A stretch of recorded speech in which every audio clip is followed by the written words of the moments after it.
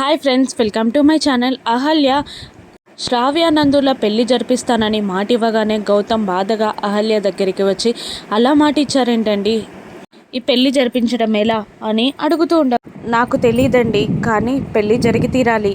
మనం ప్రేమించిన వాళ్ళని దూరం చేసుకొని ఎంత బాధపడుతున్నామో తెలుసు కదా. మన తలరాతల్ని మనం రాసుకున్నాం, కానీ శ్రావ్య పాపం ఏ తప్పు చేసిందని తను బాధ అనుభవించాలి.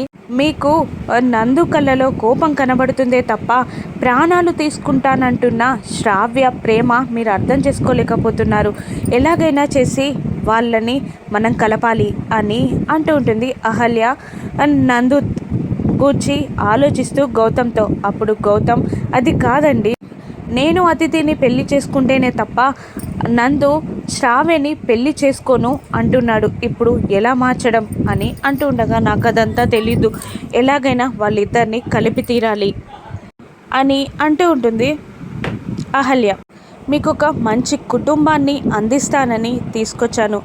సారీ, మా కుటుంబం వల్ల మీరు నిందల పాలవుతున్నారు, మీరు బాధపడుతున్నారు అని అంటుండగా, నేనే మీకు సారీ చెప్పాలి. నేనంటూ లేకపోతే మీరు కుటుంబం అంతా హ్యాపీగా ఉండేవాళ్ళు అని అహల్య అంటుండగా, లేదు, నా మీద ప్రేమని మీ పైన ద్వేషంగా చూపిస్తున్నారు వాళ్ళు అని బాధపడుతూ ఉంటాడు గౌతమ్. సుభద్ర గుడికి వెళ్ళి అంతా మంచి జరగాలని ఆంజనేయ స్వామికి మొరపెట్టుకుంటూ ఉండగా, సుభద్ర ఫేస్లోని బాధని అక్కడున్న స్వామీజీ గమనిస్తారు. ఏంటమ్మా, ఏం జరిగింది, ఇంట్లో అందరూ బాగున్నారా అని అడుగుతుండగా తన బాధని సుభద్ర ఆ స్వామీజీకి చెప్తుంది. గౌతమ్ అతిథి శ్రావ్యానందుల పెళ్లి పెట్టుకోవడం, అనుకోకుండా గౌతమ్ వేరే అమ్మాయిని పెళ్లి చేసుకొని రావడం, దాంతో 2 పెళ్ళిళ్ళు ఆగిపోవడం, ఆ తర్వాత ఇంట్లో గొడవలు, గౌతమ్ అరెస్ట్, అర్జున్ ప్రసాద్ యాక్సిడెంట్ అన్నీ చెప్పడంతో ఇంట్లో కొత్త దంపులతో సత్యనారాయణ వ్రతం చేపించారమ్మా అని అడుగుతుంటాడు స్వామీజీ. లేదు అని అనగానే, ఆ పూజ జరిపించండి ఫస్ట్, ఆ తర్వాత అన్నీ సరిదిద్దుకుంటాయి అని అంటూ ఉంటాడు ఆ స్వామీజీ. కానీ మా అత్తగారు ఇప్పుడు ఒప్పుకునే పరిస్థితుల్లో లేరు అంటూ తను చెయ్యమన్నట్టు సుభద్ర ఆ స్వామీజీకి ఒక ప్లాన్ చెప్పగానే, అలాగేనమ్మా అని ఒప్పుకుంటారు అతను. మరోవైపు అదిది జరిగిందన్నీ గుర్తు తెచ్చుకుంటూ ఉంటుంది. అహల్యని పెళ్లి చేసుకొని మండపానికి వచ్చిన గౌతమ్ని తను తాళి కట్టమని అడగడం, నేను కట్టలేను అని గౌతమ్ చెప్పడం, ఆ తర్వాత ఇంటికి వెళ్ళి అహల్య గొంతు నొక్కేస్తున్న అతిథిని లాగేసి అతిథిపై గౌతమ్ చేయెత్తడం అన్నీ గుర్తు తెచ్చుకొని గౌతమ్ అని గట్టిగా అరవగా అహల్య తన ముందు ప్రత్యక్షమవుతుంది అతిథికి. నువ్వు నమ్మినా నమ్మకపోయినా నీ జీవితంలో నుండి గౌతమ్ వెళ్ళిపోయాడు అని అహల్య అతిథిని రెచ్చగొడుతూ ఉండగా, నువ్వెలా చెప్తావు అని అంటుండగా, ఎందుకంటే నన్ను పెళ్లి చేసుకున్నాడు అని అంటుంటుంది అహల్య. అప్పుడు అతిథి, కానీ నన్ను ప్రేమించాడు అని అంటూ ఉంటుంది. నాకు అదంతా తెలీదు, నన్ను పెళ్లి చేసుకున్నాడు కాబట్టి నువ్వు గౌతమ్కి ఎప్పటికీ దగ్గర కాలేవు అని అహల్య అతిథిని అంటూ ఉండగా, నిన్ను అంటూ ఫ్లవర్ వాజ్ని అహల్య వైపు విసిరేస్తుంది అతిథి. అదంతా తన భ్రమ.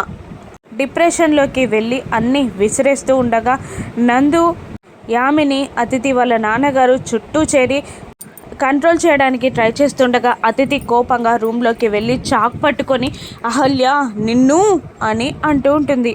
ఆ రాత్రిపూట భానుమతిని సుభద్ర స్వామీజీ పూజ చేస్తారని అడగ్గా, ఇంట్లో ఏం మంచి జరిగిందని పూజ జరిపిస్తావు అని ఆవిడ మండిపడుతూ ఉంటుంది. కష్టాలన్నీ పోవడానికే స్వామీజీ పూజ చేస్తానన్నారు అని అంటూ ఉండగా, ఇంట్లో పట్టిన దరిద్రం పోవడానికి చేతబడైనా చేపించు అని వెటకారంగా అంటూ ఉంటుంది.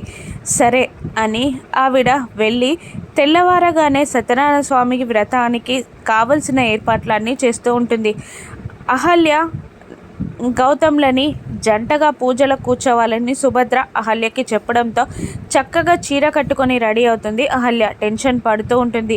ఎందుకు టెన్షన్ పడుతున్నారు అని గౌతమ్ అడగ్గా, అత్తయ్యగారేమో మన ఇద్దరిని దంపతులుగా పూజలో కూర్చోబెట్టాలి అంటున్నారు, బామ్మగారు చూస్తే నాపై మండిపడుతున్నారు, నాకు టెన్షన్గా ఉంది అని అహల్య అంటూ ఉండగా, మా అమ్మ ఏ పని చేసినా దానికి ఒక రీజన్ ఉంటుంది, అది సక్సెస్ చేయడానికి ఒక కారణం, ఐడియా కూడా తనకుంటాయి, మీరు టెన్షన్ పడకండి అని అంటూ ఉంటాడు గౌతమ్.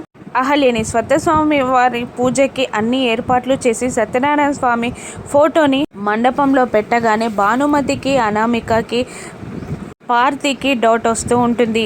అక్కడికి శ్రావ్య కూడా వచ్చి ఏంటి గౌతమ్ అన్నయ్య ఆ రాక్షసి రాలేదు అని అంటూ ఉండగా వాళ్ళెందుకు వస్తారు, నువ్వెందుకు మాట్లాడుతున్నావు అని అంటూ ఉండగా స్వామీజీ వచ్చి అక్కడ కూర్చొని సుభద్ర వైపు చూసి స్టార్ట్ చేయనా అన్నట్టు కళ్ళతో సైగ చేసి ఒక మాట చెప్తాడు. సంకల్పం చెప్పాక ఈ శాంతి పూజని చేయాలి, లేదంటే వారసత్వానికే ముప్పు వాటిల్లుతుంది అని అనగానే సుభద్ర వాళ్ళ అత్తగారి వైపు చూస్తుంది. ఇక్కడి దాకా వచ్చాక ఎందుకు పూజ ఆపడం, స్టార్ట్ చేయమను అనగానే సంకల్పం పూజని స్టార్ట్ చేస్తాడు స్వామీజీ.